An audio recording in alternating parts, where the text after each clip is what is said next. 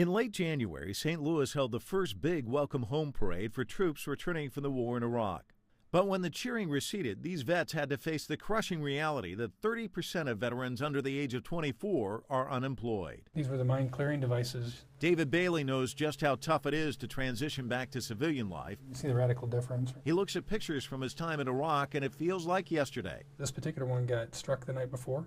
He spent 12 months in the war zone in 2006. Dodging IEDs in Iraq isn't easy, but transitioning back to civilian life can also be daunting. Had to put away the uniform, put on the civilian clothes, but it was literally a knife blade change. It was one day. One day you're doing this, the next day you're not.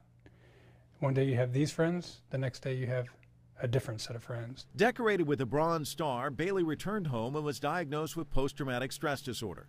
The diagnosis was later modified to acute adjustment disorder, a disorder that occurs when you make an overly rapid transition without proper time to decompress. When you're coming back from a theater, you're not going back into a military environment where everyone kind of understands or may have experienced that before. You're going right back into a commercial neighborhood and a commercial company where, if you're lucky, 10% of the people know what you're talking about.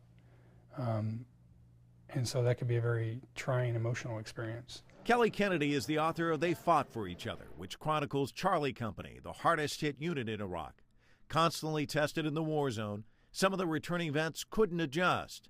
A year later, they returned to Iraq.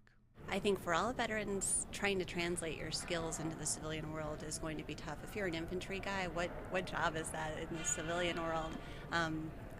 Police, security, maybe, but you still need to do the schoolwork to get there. I'm going on base. Kevin Schmiegel is trying to help them get there. A 20-year veteran of the Marines, he made the transition back to the civilian world.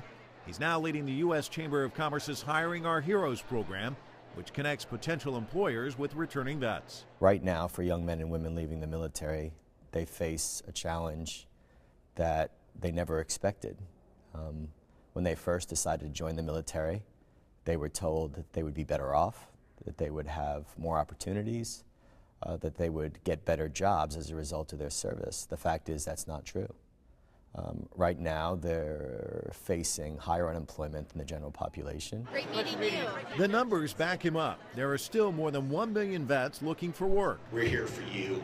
You've been there for us. But as more and more troops stream home, they are learning that their biggest fight may be just landing a job and keeping it in this tough economy.